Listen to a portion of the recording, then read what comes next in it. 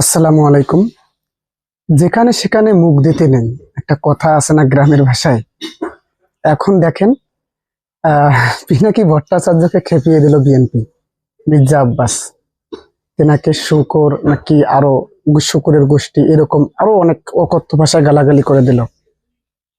আসলে আপনি কি ভুলে গেছেন যে আসলে যেখানে সেখানে মুখ দিতে নেই? এখন কেমন হলো, এখন যে আপনাকে যে ইয়াটা দিল, ধোলাইটা করলো আপনাকে, আপনার জন্য তো এখন বিএনপির অবস্থা খারাপ হয়ে যাবে। এখন তো বিএনপি, উনি তো ভালো পরামর্শ দিত বিএনপি কে, যেমন তারেক রহমানকে উপপ্রধান উপদেষ্টা বানানোর একটা পরামর্শ দিয়েছিল। হ্যাঁ, বিএনপি কে নিয়ে বর্তমান তিনি একটু বেশি বলতেছে, কে বেশি এখানে কিছু তো নাই। বিএনপি আওয়ামী লীগ ঐক্য, এটা বাংলার জনগণ আসলে বিশ্বাস করে যে এরকম কিছু একটা ঘটনা ঘটতেছে। হোক, ওইটা আবার বাদ দিলাম। তারপরে ধরেন চাঁদাবাজি, এই বিএনপি লইয়া আমরা কি করব? এটা কি মিথ্যা কথা? এটা তো বলতেছে নাকি ভাই? এখন দেখেন, আপনি যে জায়গায় লারাটা দিলেন, পিনাকিকে কি অকথ্য ভাষায় গালাগালি করলেন।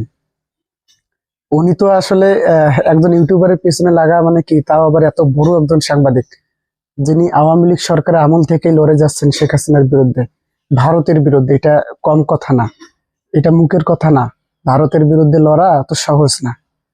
তো উনাকে আপনি খেপিয়ে দিলেন। এখন দেখেন তো, উনি উনি টাইটেলটা কি দিয়েছেন দেখেন।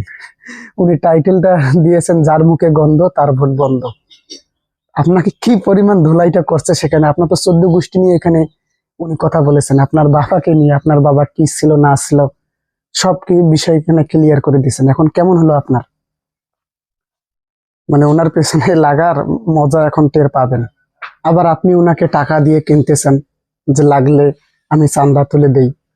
মানে উনি কি টাকার কাছে কি উনি বিক্রি হয়ে যাওয়ার মতো সাংবাদিক? না। এখন আপনি যে ওনাকে টাকা তুলে দিতে, চান্দা তুলে দিতে চাইলেন, তার মানে আপনি স্পষ্ট করে বোঝালেন যে আপনি, বিশেষ করে আপনি চাঁদাবাজ, যেটা যেটা পিনাকি ভট্টাচার্য ভিডিওতে বলে দিয়েছেন। কেমন হলো? আপনার তো 14 গোষ্ঠী নিয়ে, আপনার তো একবারে কি দুর্নীতি করে ব্যাংক কিভাবে তৈরি করছেন, এত টাকা কোথায় পেলেন, সবকিছু তো বলে দিল। কেমন হলো এখন আপনার? আসলে আপনাদের মতো কিছু নেতার কারণেই বিএনপি কিন্তু অবস্থা ডাউন, এবং আপনারাই ডোবাবেন মনে হয় বিএনপি কে।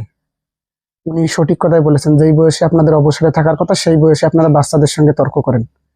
আপনারা দ্বিতীয় স্বাধীনতা স্বীকার করতে চান না, বাচ্চাদের সঙ্গে যুদ্ধ করেন। তা উনি তো এরকম করে বলবেই, আবার ওনার বিরোধিতা করেন।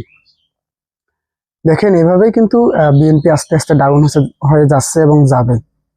একটু সাবধানে কথাবার্তা বলবেন, বিশেষ করে বড় বড় ইউটিউবারদের সম্পর্কে। দর্শক, এই বিষয়ে আসলে আপনার কি মত? আপনি কার পক্ষে, পিনাকি ভট্টাচার্য নাকি মির্জা আব্বাসের সঙ্গে? অবশ্যই কমেন্ট করে জানাবেন। ধন্যবাদ। আসসালামু আলাইকুম।